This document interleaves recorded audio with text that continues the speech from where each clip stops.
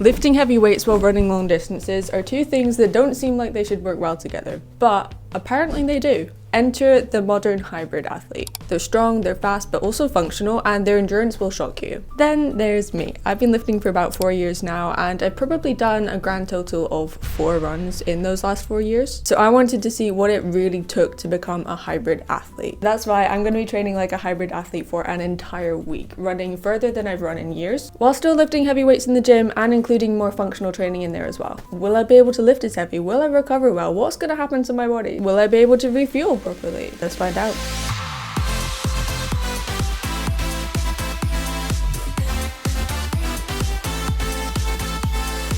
Starting off strong with day one, I completely forgot to film an intro, so we spawned in the gym, but for all of my gym workouts I always do a very similar warm-up, starting with 3 to 5 minutes of light cardio followed by dynamic stretches. And I know I always yap on about how important it is to warm up before lifting weights in the gym to help prevent injury, improve your range of motion and performance and all of that, but especially as a hybrid athlete, warm-ups are crucial because they're preparing your body to switch between or combine the high intensity strength training and endurance cardio. And getting injured just because we didn't warm up properly is the last thing we want, because it's going to take us out of the gym a lot longer than if we just spent the 3 to 5 minutes warm up in the first place. To make each of my workouts more hybrid focused, they've got to include 3 things: a strength aspect, a cardio aspect, and an endurance aspect. Now I know what you're thinking, won't doing a lot of cardio just kill your gains? And the answer is yes, but only if you're not structuring your entire plan and recovery and nutrition right. I'll get into how I'm going to structure this whole plan so that I don't lose gains, I can actually build muscle during the process and make improvements in my running and strength at the same time. But for each of my workouts in the gym, I'm including 2 more functional exercises, which are actually the same ones as are the stations that you do in Hyrox. So for this lower body session, the first functional movement I did was sled push. And oh my goodness, I seriously underestimated how heavy the sled would actually be. But what I actually found harder was getting the plates off afterwards. So a hack that I figured out is if you tip the sled over and then just slide the plates off that way, it is 100 times easier. The second functional movement of the day was 100 meters of sandbag walking lunges. I'm just using a 20 kg bag because that is what I would need if I was doing Hyrox, but there's no stopping, and I'm actually pretty good at lunges, so what I would do going forwards would be to train at a heavier weight than I would have to do if I was doing a Hyrox race, because that means on the day it won't feel quite as hard. I say quite because Hyrox is absolutely brutal, but it's going to feel a bit easier than if you didn't train at heavier weights. The walking lunges mainly focus on building muscular endurance for the quads and glutes, which is really crucial if I want to become a strong hybrid athlete. And by the end of the workout, I thought I would be feeling more tired than I was, but I was actually okay, so maybe I would get away with it. Maybe I wouldn't experience any muscle soreness. That was what I hoped. But then it was time to head home and refuel. I made this chicken and egg fried rice. It's actually in another video, so if you want to see how I made it, go check that out. But fueling well around your workouts is so important as a hybrid athlete, because you're going to be using a lot of energy in those explosive movements. So ideally you want to get carbs in there to replenish your glycogen stores as fast as possible, and also obviously some protein to help with the recovery process, which I realized would become more and more important as the week went on.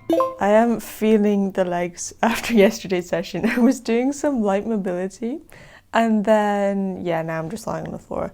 But anyway, it was a good session. I really enjoy the more functional Hyrox style movements that I kind of have towards the end of my sessions. And the way that I'm structuring it right now is that I'm keeping most of the regular weight training exercises towards the start of my workout, so that when I get to the end and do those functional movements like sled push, sled pull, burpees, whatever, I am under more fatigue, and that kind of mimics the environment that you're going to be in as a hybrid athlete doing something like Hyrox. It's tough, I'm not gonna lie, but I'm really enjoying that challenge. I know we're only a couple days in, but I just feel like when you're lifting weights in the gym with the goal of muscle growth, it can get a bit repetitive, like 3 sets, 10 to 12 reps, and it can be really easy to just fall into the trap of not pushing yourself and kind of getting too comfortable. So if anything, this challenge is going to be pushing me out of my comfort zone, which is something that is so important to do. But yeah, it's mainly upper body today, also row, which I don't really like rowing, because when I first started my fitness journey, I tried using the row erg because I joined the rowing club, whatever, and I hurt my lower back quite a lot. So ever since then, I've just kind of avoided rowing. I need to figure out the form on that. It's not going to be pretty, but hybrid athlete's got to do what a hybrid athlete's got to do. So let's go. Not gonna lie, I wish I could just spawn in the gym that quickly every day, but today we were doing a more upper body focused session, and because I'm a little bit more advanced in the gym now, usually the advice you'll hear for structuring your workouts is start with your compound lifts because they're using multiple muscle groups. You're going to be more fatigued later in your workout, so you don't want to leave them to the end. But as you get more advanced, you can start using different techniques like pre-fatiguing certain muscles.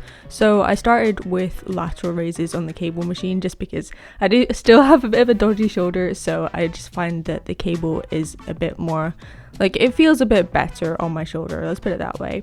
So I started with cable lateral raises to sort of pre-fatigue the delts, and then we moved on to pull-ups and some seated shoulder presses, while some more work for the rear delts with the cables again. Pretty much a standard upper body session for me.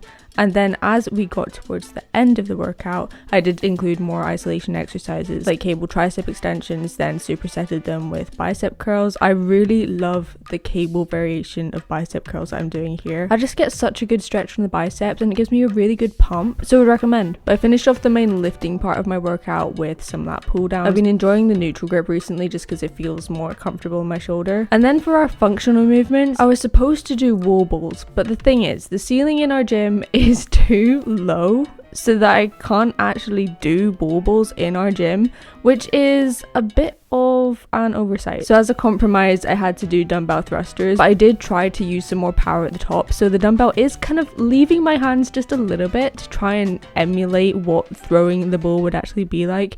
But obviously I don't know if I could actually catch the ball, and the form's going to be a bit different when you're having to throw and catch a flying object, but the intention was there. And then I saved the best or the worst till last, which was the row erg. Now, it was okay. I was only slightly less confused about the form at the end than I was at the start, so if anyone has any tips, let me know. I think the biggest thing for me is that I am a qualified personal trainer. I know technically, like, in my head how to do it. It's just I've never put that into practice. So when you're getting the form down for yourself, it's a little bit different than knowing the head knowledge. So that's something I've got to figure out. But after the 1,000 meters were up, I was feeling pretty good, and that was day 2 complete. Today is hybrid leg day number 2. I'm pretty excited for this leg day. I think, if I remember right, I've got sled pull on the cards at the end as well, which you might think is an upper body exercise, but you've really got to get a lot of the lower body involved as well to really move the sled quickly. I guess it kind of depends on the technique you use. The only thing that's slightly concerning is that my legs are still a little bit sore from my first leg day 2 days ago. I mean, I know it's called delayed onset muscle soreness for a reason, but when you feel it the next day, you expect it to be gone the second day, and then suddenly it just hits you. If I'm being totally honest though, I've not really experienced much DOMS since I started training. Like, the first year of my fitness journey, yeah, it was a lot more evident, but since I've just been doing very similar movements for the last 3-4 years, you kind of don't get as sore the day after. But I think just now, because not all of the movements, a lot of the movements are new, just putting that new stimulus on my body is starting to catch up with me. The sun is shining, I'm looking forward to this session. I might not be able to lift as heavy as I would like, but who knows, we'll see. And she spawns in the gym again. Don't worry, tomorrow we'll be switching things up. We started off the leg day with seated hip abduction to sort of pre-fatigue the glutes a little bit. And I say we because my sister was actually here with me and I was training her a little bit, which was super exciting. I've been trying to get her into the gym for years now, at least 2 years. And I've finally had some breakthrough, you guys, so thank you for getting this shot, puppy. This workout was a little bit more quads and glutes focused, whereas the first leg day of the week was more glutes and hamstrings focused, so a little tweak there just to switch things up a bit. But the first of the 2 functional exercises in this session was sled pull. I am still not 100% sure what the best way to attach the rope is, but I just sort of tied it in a knot and then put it on the bottom of the sled, and so I could put all of the plates on top, and that sort of held it in place. It worked pretty well. It did go a little bit squint, but you know. Now, going off my performance in sled push earlier in the week, I thought that I would be pretty weak at sled pull, but I actually managed 103 kg including the sled, which is what I would need to do if I was training in the women's pro division for Hyrox. The weights that you're lifting is really the main difference in the divisions for Hyrox, so if you're interested, I'll put a little screenshot here. But as a hybrid athlete, even if I was competing in the women's open, which uses lighter weights, I would want to work up to the women's pro weights as a minimum, just so that the actual race itself feels easier. Then we finished off the session with something I've really not tried much at all before, which is ski erg. The form on this is completely new to me, and I think I was starting to get into a bit of a rhythm with it towards the end. Any tips would be helpful. Also, the way I speeded this up, I did it so fast that it just looked like I was staying in the same position, so here is a little bit of a slower sped up version. Just rewatching this, I think I might need to go higher with each stroke that I do. I'm not sure. I'll keep practicing this, but I know I've been yapping a lot about Hyrox in this video and not really explained exactly what it is. So for anyone who doesn't know, Hyrox is a global indoor fitness racing competition that combines running with functional workout stations, like I've been doing at the end of my workouts. It's made up of an 8k run, which is split into 1k intervals, and then you've got your 8 different functional workout sections between those runs. So basically the hybrid athlete's dream. And I may or may not have some news for you at the end of this video that kind of relates to Hyrox. Today was really my heaviest session of the week, so I was starting to feel it at this point, but thankfully it is now day 4, and day 4 is a rest day. So what I like to do on my rest days is kind of take it as an active rest day. When I say active, I'm not going out and running 5k, 10k, anything like that. I just like to get my steps in, so around 10,000 steps per day is what I aim for. And I also make it a priority to get some mobility work in there as well. I feel like people either fall into 2 categories when it comes to mobility. Either they're really on it and they do it every day and it's just part of their routine now, or they don't really know what to do and they just don't do it at all. I very much used to fall into the second category, but then I made it priority and I started filming them as well. So now I've got a whole playlist that if you don't know what you're doing or you just want to follow along with someone, then you can go and do one of the routines from there. Not gonna lie, this is exactly what I do. I follow my own videos to do my mobility. It keeps me accountable, right? Also, let me know if you try any of the routines and which one's your favorite, because mobility work is so important. You don't just have to save it for your rest days either. I like to do 5 to 10 minutes every morning as part of my morning routine, and it really helps set me up well for the day and just feel loose and ready to go. I was feeling so refreshed off the back of that rest day, which is just as well because it's day 5 and we're training full body. One question I often get asked about rest days is, should you be eating the same number of calories on rest days as you do training days?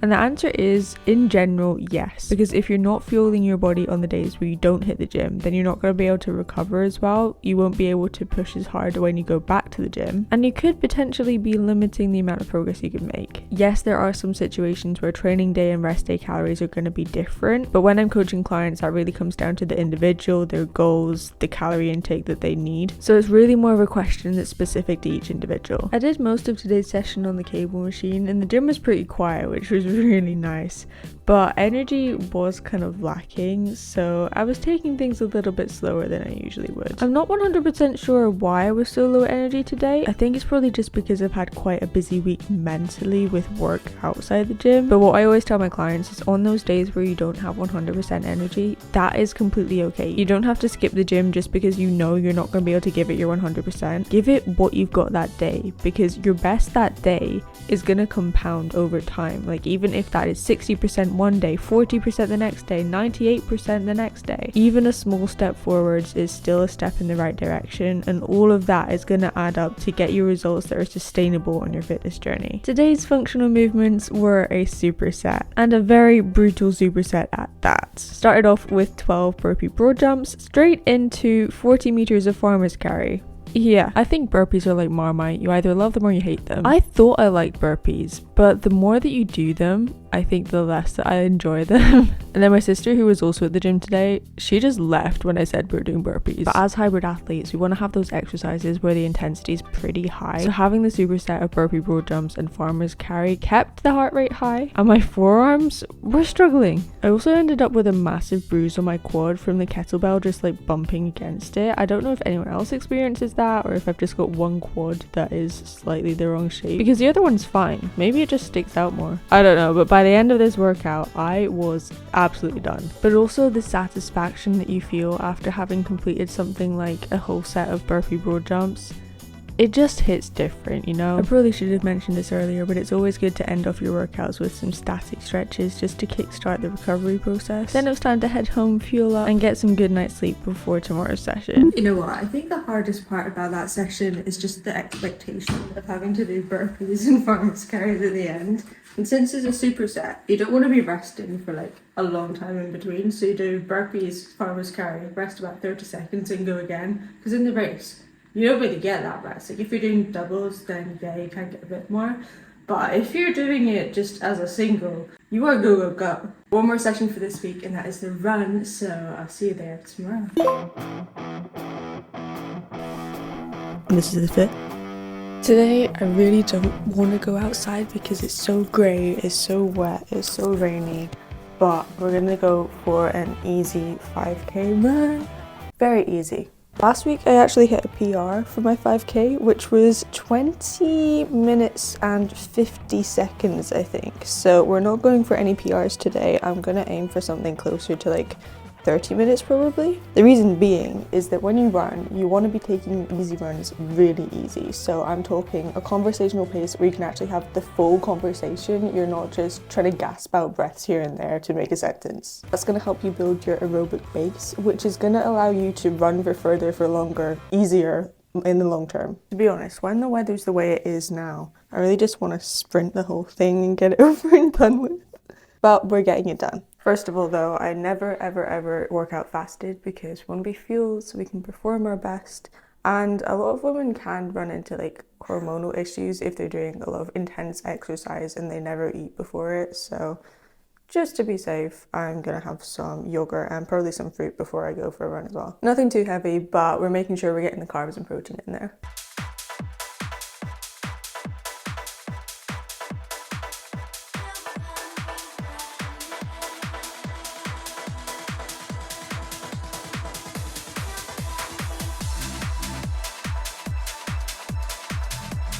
I did manage to order running trainers, but they've not arrived yet, so we're still running in these. Hopefully they'll be fine, and hopefully they don't get too wet because I'm gonna have to wear them to church in a bit. I really didn't realise how wet it was going to be on this run. I tried to keep my hood up, but it just kept falling down, and then I had my hair up as well, and then it just kept coming out, so I rolled with it, ran in the rain, and I actually, like, the longer the run went on, the more I started to enjoy it, and I got to see some beautiful views. I'm only doing one longer run since this is a very beginner hybrid training plan, but as I progress with hybrid training, I definitely have multiple runs per week, maybe even some double training days too. So let's just take a second to enjoy this little running montage.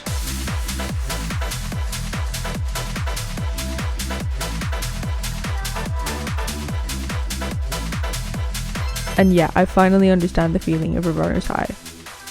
It hits different. We are back. That run was actually really good. Like, I know it was windy and raining and wet the whole time. Like, I had to dry my headphones off as soon as I got in the door. But I really enjoyed it, and I was taking it so easy. Like, I wasn't looking at the time through the whole run, and I've got back and it said 23 minutes for just over 5k, so I don't know if that's good. Definitely time to shower off now though and get ready for church. But I hope you've enjoyed this full week of hybrid training. It's been a wild ride. That makes it sound like it's the end. It's not the end. I'm gonna do 30 days of hybrid training, so subscribe so you do not miss that video.